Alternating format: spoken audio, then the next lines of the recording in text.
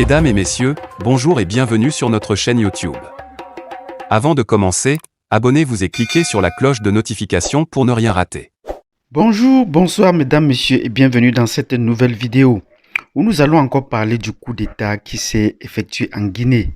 Oui, ce coup d'État nous révèle beaucoup de choses. Déjà, premièrement, la France est derrière ce coup d'État.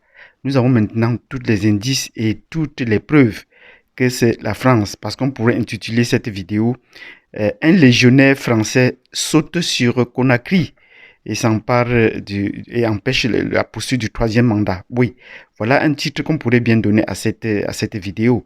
Parce que là, la France est derrière le coup d'État. Nous avons déjà fait un retour précédent sur les vidéos passées où nous avons tout dit. On ne peut pas mener un coup de force dans un pays en Afrique sans que la France soit derrière.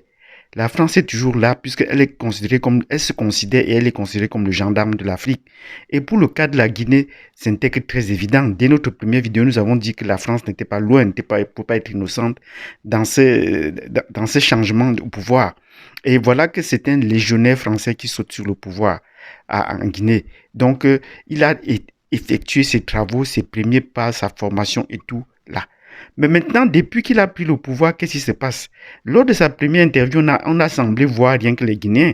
Mais à partir de sa deuxième interview, on a vu un visage européen commencer à apparaître dans les parages. Donc, chaque fois qu'il intervient, chaque fois que la CNU intervient, on trouve toujours qu'il y a des Blancs un peu à côté qui sont en train de surveiller ce qu'il doit dire ou ce qu'il doit faire.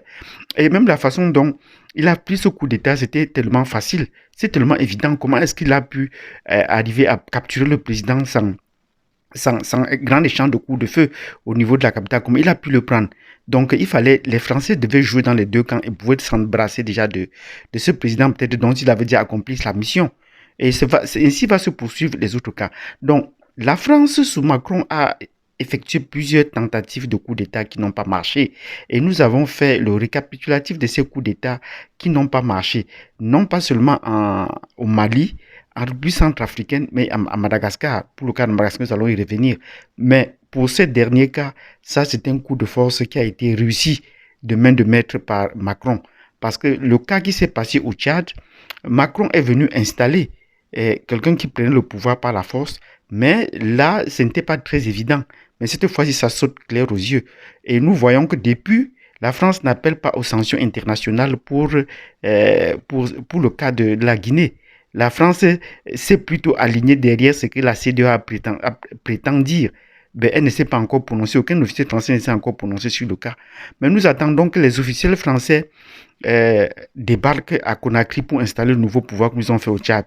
Mais si ce n'est pas le cas, les Français, leur première visite de ces légionnaires français va être effectuée en France. Donc, dans un cas comme dans l'autre, nous connaissons le mode opératoire de la France dans ses colonies, dans ces anciens pays qu'elle a colonisés. Donc, si un officiel français ne vient pas installer, le président de la junte va effectivement aller en France pour marquer le début de son mandat et il sera accueilli en grande pompe.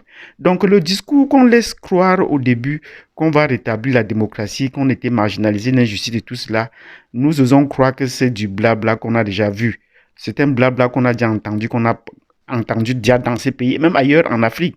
Même le président qui a été renversé a dit qu'il n'y aura pas de troisième mandat et pourtant il était en train de le préparer. Donc, pour ce cas-ci, nous disons la France est effectivement derrière ce coup d'État. Pourquoi est-ce qu'il reste donc silencieux jusqu'à présent? Pourquoi il n'appelle pas aux sanctions internationales les plus ardues comme ils viennent de le faire cette semaine en renouvelant les sanctions contre le Mali? D'un point à l'autre, ils ont renouvelé les sanctions contre le Mali.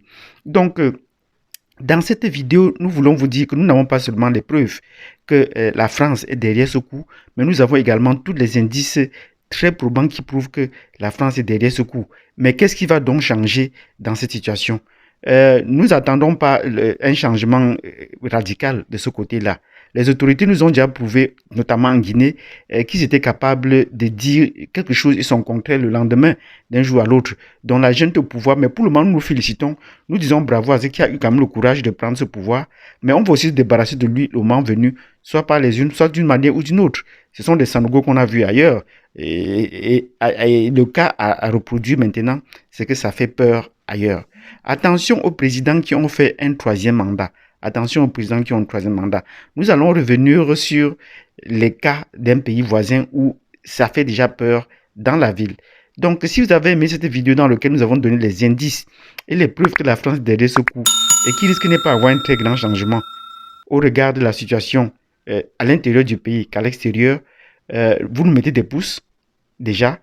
Abonnez-vous, cliquez sur la cloche de notification et partagez parce que nous allons encore faire la prochaine vidéo sur les cas de coup d'État en Guinée et dans d'autres pays, surtout de l'Afrique de l'Ouest. Merci et je vous donne rendez-vous à la prochaine vidéo.